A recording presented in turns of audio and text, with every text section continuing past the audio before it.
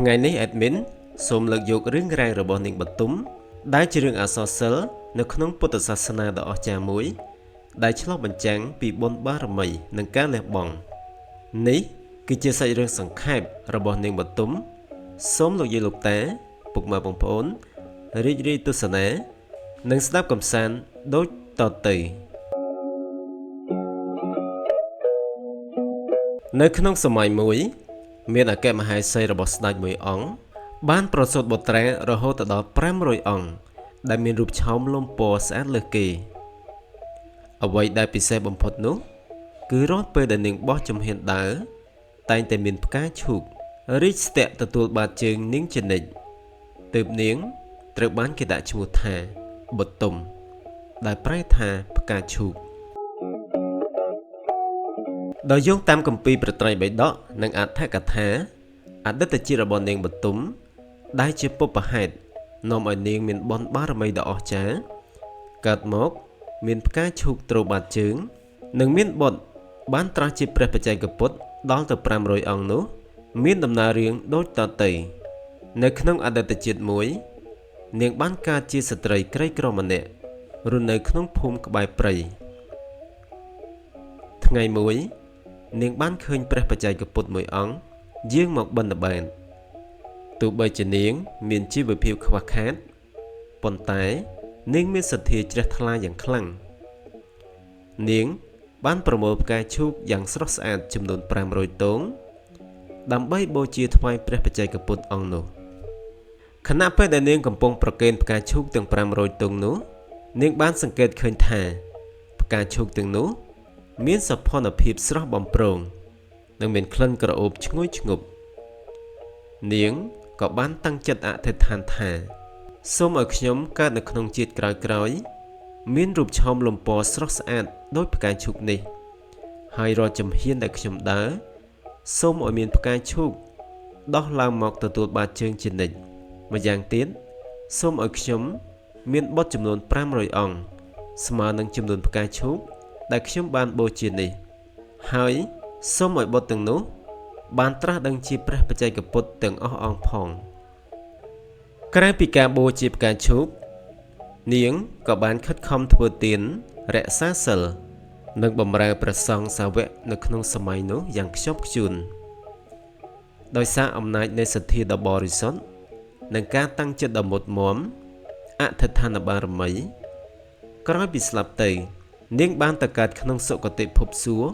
អស់កាលជាយូរអង្វែងលុះចាក់ចេញពីសួគ៌មកកាន់លោកីយ៍វិញបុណ្យបារមីដែលនាងធ្លាប់បានបូជាផ្កាឈូកបានធ្វើឲ្យនាងមិនប្រសូតចេញពីផ្ទៃមេដាដូចមនុស្សធម្មតាឡើយនាងបានមកចាប់បដិសន្ធិក្នុងផ្កាឈូកយក្សមួយនៅក្នុងស្រះក្បែរអាស្រមរបស់ព្រះឥសីម្នាក់ព្រះឥសីបានឃើញផ្កាឈូកនោះរីកខុសប្លែកពីគេក៏ស្រង់មកមើលហើយក៏ឃើញទារិកាដ៏ស្រស់ស្អាតម្នាក់នៅក្នុងនោះទើបយកមកចិញ្ចឹមបីបាច់ថែរក្សានិងដាក់ឈ្មោះថានាងបទុមជីវិតរបស់នាងបទុមការរស់នៅជាមួយព្រះឥសីគឺជាដំណាក់កាលដ៏ស្ងប់ស្ងាត់ប៉ុន្តែពោរពេញដោយភាពអស្ចារ្យនិងការសន្សំបារមីផ្នែកសិលធម៌ព្រះឥសីមានចិត្តអាណិតស្រឡាញ់នាងដូចជាកូនបង្កើតលោកក៏បានយកទារិកានោះមកចិញ្ចឹមនៅអាស្រមដោយសារលោកជាអ្នកបួសមិនមានទឹកដោះសម្រាប់ចិញ្ចឹមទារិកាឡើយប៉ុន្តែដោយអំណាចបុណ្យបារមីរបស់នាងបទុមស្រាប់តែមានទឹកដោះចេញពីមេដៃរបស់ព្រះឥសីសម្រាប់ឲ្យនាងបើជារៀងរាល់ថ្ងៃកាលដែលនាងធំដឹងក្តីឡើងសម្រស់របស់នាងកាន់តែស្អាតដាច់គេនៅក្នុងលោកអ្វីដែលធ្វើឲ្យព្រះឥសីអស្ចារ្យចិត្តបំផុតនោះគឺរាល់ពេលដែលនាងដើរបម្រើព្រះឥសីឬបោសសម្អាតអាស្រមផ្កាឈូកមាសងើបឡើងទ្របាតជើងនាងជានិច្ចដើម្បីកុំឲ្យជើងដ៏ទន់ភ្លន់របស់នាងប៉ះដីផ្ទាល់ខ្លួនរបស់នាងមានក្លិនក្រអូបប្រហើរដោយផ្កាឈូកបង្កើតភាពជ្រះថ្លាដល់អ្នកដែលនៅក្បែរនាងបទុមបានរស់នៅយ៉ាងសាមញ្ញបំផុតជារៀងរាល់ថ្ងៃនាងមានភារកិច្ចដងទឹកសម្រាប់ព្រះឥសីស្រង់និងឆាន់ បោសសម្អាតជុំវិញអាស្រមនិងរៀបចំកន្លែងតាំងសមាធិរក្សាត្រៃសិលយ៉ាងខ្ជាប់ខ្ជួនក្រោមការណែនាំរបស់ព្រះឥសីដោយសារកិត្តិស័ព្ទនៃសម្រស់និងអភិនិហាដើរមានផ្កាឈូកទ្រជើងល្បីសុះសាយពេញព្រៃរហូតដល់លើទៅដល់ត្រចៀកពួកព្រានព្រៃនិងអ្នកដំណើរព័ត៌មាននេះក៏បានដឹងទៅដល់ព្រះបាទពលជ័យស្ដេចក្រុងពារាណសីព្រះអង្គក៏បានយាងមកដល់អាស្រមព្រះឥសីដើម្បីសាកសួរនិងទតមើលដោយភ្នែកផ្ទាល់នៅពេលដែលបានឃើញនាងបទុមព្រះរាជាមានចិត្តប្រតិព័ទ្ធភ្លាមព្រះឥសីយល់ថានាងបទុមមិនមែនជាអ្នកមាននិស្ស័យបួសរហូតដល់ស្លាប់ឡើយគឺនាងមានបុណ្យត្រូវទៅសោយសុខក្នុងរាជវាំងនិងត្រូវបំពេញតួនាទីជាមេដាពិភពលោកទើបលោកអនុញ្ញាតឲ្យព្រះរាជាដង្ហែនាងទៅកាន់ព្រះនគរដើម្បីអភិសេកជាអគ្គមហេសីក្រោយពីនាងបានរៀបអភិសេកជាមួយព្រះបាទពលជ័យដោយអំណាចបុណ្យបារមីពីអតីតជាតិដែលនាងធ្លាប់បានប្រគេនផ្កាឈូកនិងធ្វើទានដល់ព្រះបច្ចេកពុទ្ធនាងក៏បានចាប់បដិសន្ធិបុត្រក្នុងផ្ទៃរហូតដល់ទៅ500អង្គនៅពេលប្រសូតបុត្រទាំង500អង្គនោះមានរូបរាងស្រស់សង្ហានិងមានមហិទ្ធិឫទ្ធិដ៏ខ្លាំងក្លាកាលដែលបុត្រទាំង500អង្គធំដឹងក្តីឡើងពួកគេសុទ្ធតែមានចំណេះដឹងជ្រៅជ្រះនិងមានស្មារតីខ្ពង់ខ្ពស់ថ្ងៃមួយបុត្រទាំង500អង្គនោះបានយាងទៅក្រសាលក្នុងឧទ្យាន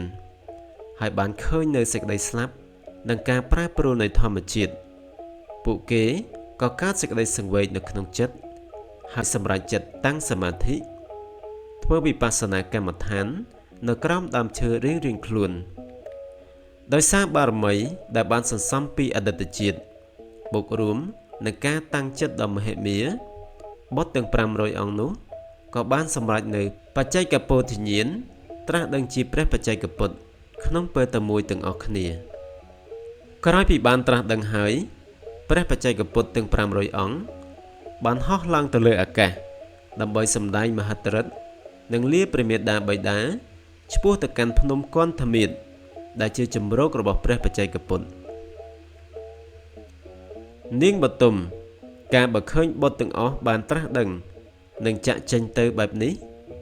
នាងមិនមានសេចក្តីសោកសៅឡើយប៉ុន្តែបែរជាមានសេចក្តីជ្រះថ្លានិងរីករាយក្នុងកុសលផលបុណ្យយ៉ាងខ្លាំងរឿងរ៉ាវរបស់នាងបានក្លាយជាគំរូនៃមេដាព្រះដែលមានចិត្តដ៏បរិសុទ្ធចំណុចសំខាន់នៃរឿងនេះនិមិត្តរូបនៃផ្កាឈូកតំណាងឲ្យភាពស្អាតបរិសុទ្ធដែលដោះចេញពីភក់ជ្រាំតែមិនប្រឡាក់ដោយភក់អំណាចនៃទានការដែលនាងមានកូន500ហើយសុទ្ធតែជាព្រះបច្ចេកពុទ្ធគឺមកពីសេចក្តីជ្រះថ្លាក្នុងការធ្វើទានចំពោះព្រះសង្ឃនិងអ្នកមានសិលនៅក្នុងជាតិមុនចំណុចអប់រំនៃរឿងនេះជីវិតនៅជាមួយព្រះឥសីបានបង្ហាញឲ្យឃើញថាទោះបីជាមនុស្សមានបុណ្យវាសនាខ្ពស់យ៉ាងណាក៏ត្រូវតែមានសេចក្តីកតញ្ញូបម្រើឪពុកចិញ្ចឹមនិងភាពអត់ធ្មត់នៅក្នុងការរស់នៅបែបសាមញ្ញទើបបុណ្យបារមីនោះរីកសុះសាយសម្រាប់លោកយាយលោកតាពុកម៉ែបងប្អូនដែលចូលចិត្តនិងគាំទ្រនៅវីដេអូរបស់ខ្ញុំបាទសូមចុច Follow Page TikTok និង Subscribe នៅ Channel YouTube របស់ខ្ញុំបាទម្នាក់មួយដើម្បីទទួលបាននូវវីដេអូថ្មីៗជាបន្តទៀតសូមអរគុណ